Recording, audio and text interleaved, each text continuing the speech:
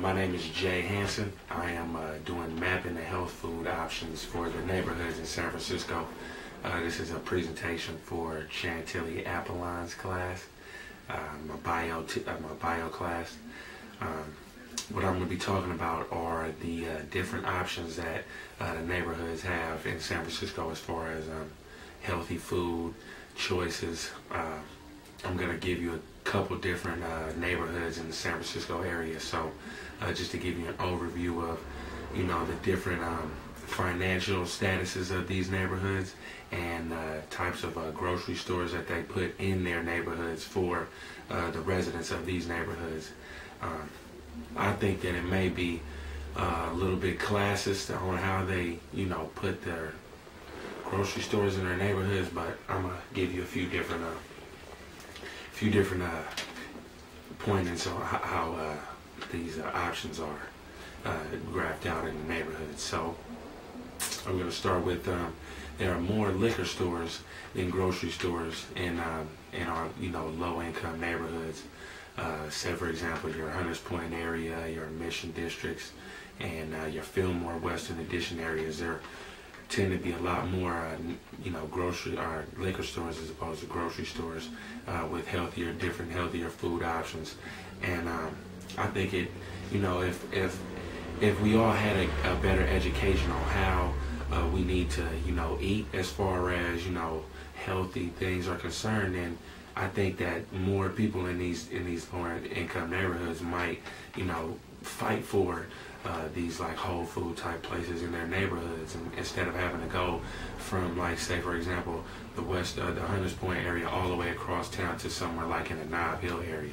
I mean, that's just it's difficult for these families in these low income neighborhoods to make those trips all the way to these different places. And the poverty line has somewhat an effect on what these families are able to buy. How much they make is only allowing them to buy a certain amount of food. And so when they go for those cheap places like a Foods Co. or Food for Less, or maybe even a liquor store, they only have enough money to pay for what they can afford in these cheaper grocery stores. You go to a store like Whole Foods or Trader Joe's, something like that, you're gonna have to pay a pretty penny to get what you want to eat as far as healthy food is concerned, like organics. According to citydata.com, the lower Nob Hill area, which is a 0.34 square mile radius that encompasses Powell on one end, Van Ness on the other end, and then you got Sacramento on the western side, and then you have Geary on the east. That in that area, in that 0.34 square mile radius, there are 20 grocery stores.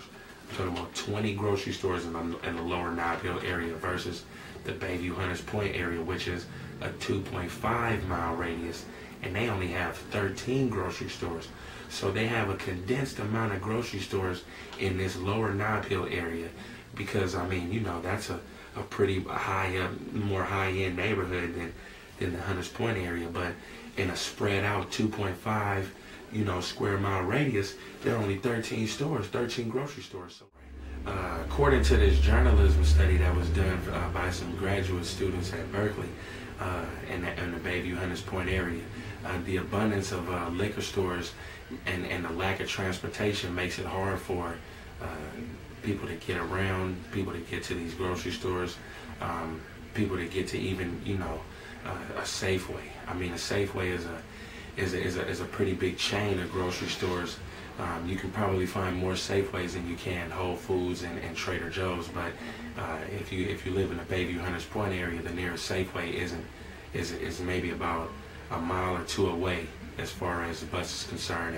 And how it's a little bit difficult for the lower income neighborhoods that may not have the means of transportation to get to these places. I mean, it's just a little difficult to see that the city doesn't value all of its residents the way that they should. You have the higher end neighborhoods that they're filled with the best grocery stores. They're filled with the nicer stores for their family to wear clothes and things like that, as opposed to, you know, your Potrero Hill neighborhoods or your Hunters Point neighborhoods where they don't have these same opportunities. My belief is, as they gentrify the neighborhoods in San Francisco, as the more wealthy people in San Francisco buy property in these impoverished neighborhoods, I believe that's the only time that we'll see these Whole Food markets and these Trader Joe's in these different neighborhoods. Until we, you know, have more, I guess, wealthy people who live in these neighborhoods who decide they want to fight for these, you know, different healthier options, and that's the only way I see us being able to have everyone have the opportunity to have healthy food options, so that we all may be able to live healthier lives. There we go.